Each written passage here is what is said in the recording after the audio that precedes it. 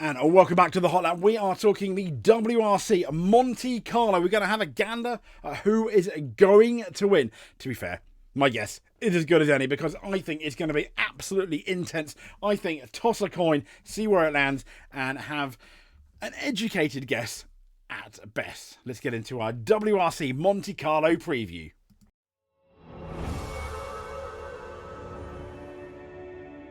So here we are, Monte Carlo. Dirtfish, to be fair, has quite the interesting article about how this year's Monte will be even harder than normal. I can have a kind of a guess why. No hybrid, for example, or most of the drivers are going to have to be getting used to that unless your name is Sari Piari.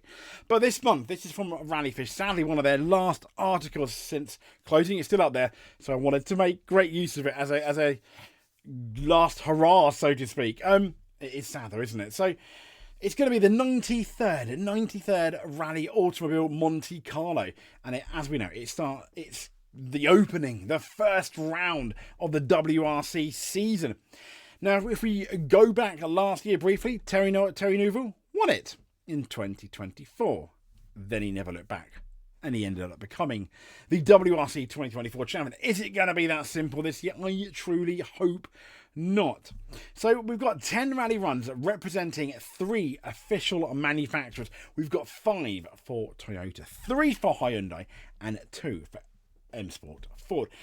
So even Rallyfish is saying at the start, the battle for victory promises to be as indecisive as it is intense. And I think indecisive and intense are really good ways to sum up my feelings going into the rally. I imagine a lot of you are going to feel it too. Who is going to win? So we've got the crews of Elvin Evans and Scott Martin, Takamoto Katsuta and Aaron Johnson, Ott Tanak and Martin. We've got Gregor Monster and Louis Luca. They obviously all of them remaining loyal to their employees, it notes. But we have the transfer window was open, and we have Adrian Formeau, I think one of the biggest signings from 24 to 25 and the biggest changes in that Hyundai. He switched from the Ford Puma to the Hyundai i20N. To him, I guess an upgrade. But M Sport, come on. The little people that shouldn't, but they really do. The underdogs, so to speak. We'll get into that in a bit. But the local man of the event, Sebastian Ogier. 10th victory. Could he? We've got the 2-time world champions, 22 and 23. He is back full-time in Calais Rovanpera. But last but not least, the 2 newcomers from WRC2. We've got Sari Piari, the WRC2 champion. And we've got, he's driving a Toyota. And we've got Josh McLaren. He's driving a M Sport Ford. And don't forget other favourites in WRC2. We've got the man that maybe arguably should have won the WRC2 championship, Oliver Solberg. We've got Grazin. I mean, we've got it's going to be interesting. And WRC2 features obviously slightly different cars. We've got Citroens. We've got Skodas. I cannot wait. So this is essentially the program. Let me just zoom in a tiny bit for you. This is the programme for the Monte Carlo 2025. So on Wednesday, the 22nd, we are going to have the shakedown just after 4 o'clock. But we have, and this is new, 3 stages on Thursday night. Not just the 1 stage, 3. And they are going to be in the dark. They're going to be nights there. I cannot wait. So local time is going to be 6 o'clock, which I think is 5 o'clock in UK time. And then basically 7 minutes to 8, 1953 is stage 2. And 21:06 is going to be stage 3. I mean, it just looks absolutely insane. 3 dark, 3 WRC runs in the night, as it should be. And then Friday, we've got special stage 4 all the way to special stage 9, starting at 9:30 in the morning, ending just past 5:30. On the Saturday, a big day as well, just like the Friday, stages 10 to 15, starting at 9 and ending at 5. And then we have the kind of like the half day Sunday, which I never really like, but obviously starting early at 20 to 7 local time, ending at 12:15. But the big issue is the weather. What is the weather going to do? Well, let's go all the way to Thursday. It's going to be the first running. And when we look at Thursday, it's pretty much rain. It doesn't look like it's going to be too frozen, which is kind of sad. 19% chance of rain when they set out. Yeah, maybe. Friday, again, kind of sunny. Sunny all day, really. I mean, that's just... Yeah, it's kind of boring. I wanted more snow. Excuse me, but how boring is that? And to be fair, at the moment, it doesn't get that exciting for Saturday. We want cold weather. And I don't think it's going to be cold enough for that much. So, albeit, this is Monte Carlo. They are quite high up. The weather in the mountains, let's be fair, is always unpredictable. So I'm still hoping for snow. It could happen. This is last year's results, with Neuville obviously winning, Ogier second, Evans third, a good 45 seconds down. Neuville won by 16.1. Tanak fourth, Formo fifth, Mikkelsen in sixth, Katsuta seventh, eighth. Yeah, that's a long way down. And then obviously we've got the WRC2s. But let's then get into who we think is going. Well, who's going to be the hero and who is going to be the zero. So let's have a look at those predictions. Who is going to be a hero at Monaco? And as mentioned, who is going to be the zero at Monaco? So who is going to win? Well, it's going to be... The prediction I've got is kind of, if I'm honest, a bit boring. Because I'm going to say this guy is going to win the Monte Carlo Rally for the 10th time and break records. Now, to be fair, Seb Ogier, kind of towards the end of last year, wasn't doing particularly well. He'd won, a few rallies.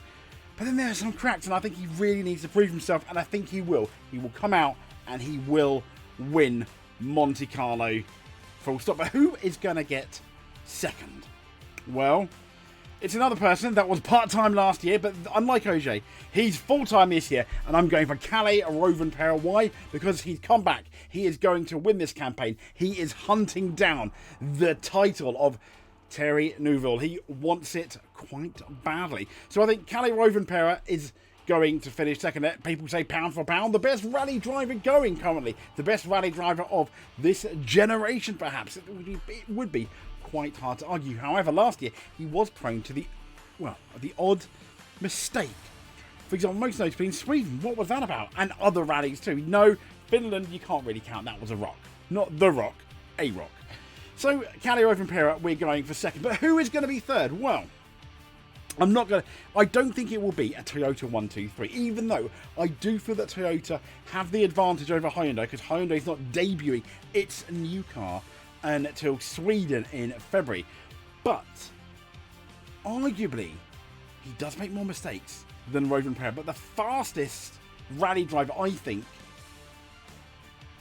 is this guy here.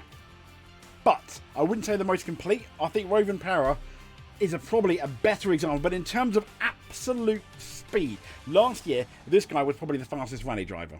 But he makes mistakes. And I think, unlike last year, Tanak really needs to get his season off to a woohoo rather than a boohoo. And I think third place in Monte Carlo, and I do feel it's going to be close. I think Tanak, Monte Carlo. Other people might think different. So, what of the others? Well, I think in fourth, we'll have Neuville. I think he'll do okay. It'll be really, really close. I think he will get fourth.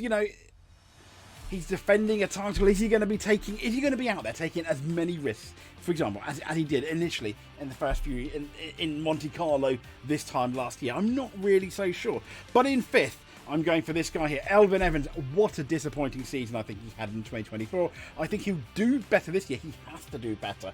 But I think he finished, third at Monte Carlo last year? I think he's going to finish fifth this year. Followed by